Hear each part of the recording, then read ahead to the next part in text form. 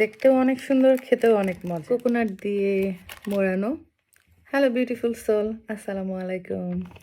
তো আজকের এপিসোডে ট্রাই করব রাফায়েলো। তো এই চকলেটটা আলমন্ড এবং কোকোনাট দিয়ে বানানো। ওকে, তো ওপেন করি।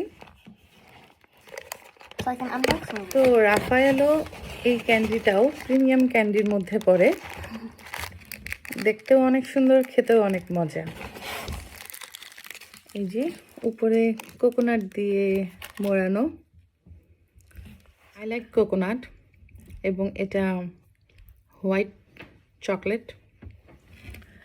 যদি কেউ হোয়াইট চকলেট এবং কোকোনাট পছন্দ করে থাকেন তাহলে এটা সে খুবই পছন্দ করবে, এবং কাউকে গিফট করার জন্য এটা খুবই একটা গ্রেট আইডিয়া।